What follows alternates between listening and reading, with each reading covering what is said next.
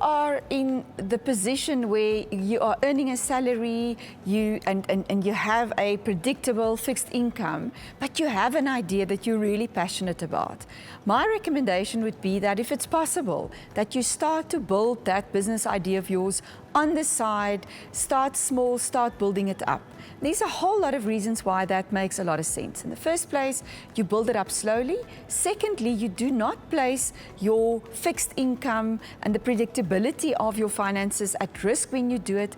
But more than that, you also get the opportunity to learn more and more about that business on the side, until the day that maybe, your business idea is fully developed and it makes sense to switch and maybe, even go as far as resigning to pour yourself on a permanent basis into your business.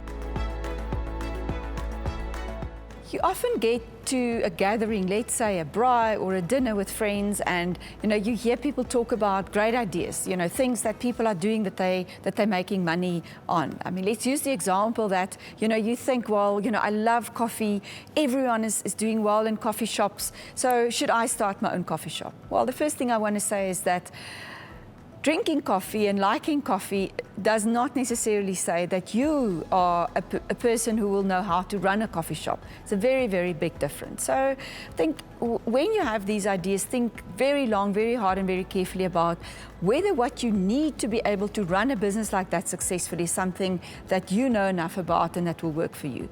But more than that, my only caution would be that you need to think really carefully about, by the time that everyone is talking about an idea, this is a little bit of how we think in the investment world. When everyone is pouring and running into an idea, it's often the time that you need to start standing back from it. When no one is doing it, that's where the real opportunities are.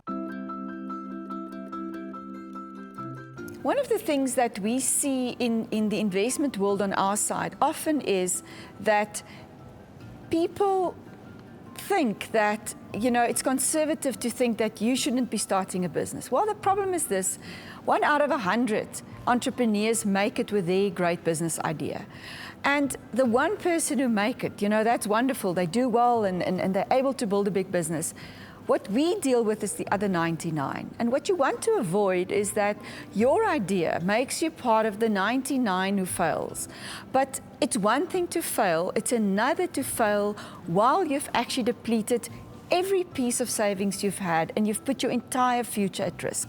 I think here it's also important to think, about your age. If you're 20 or 30, you still have a lot of time to make up for a failure. If you make a mistake, that you can make up for it.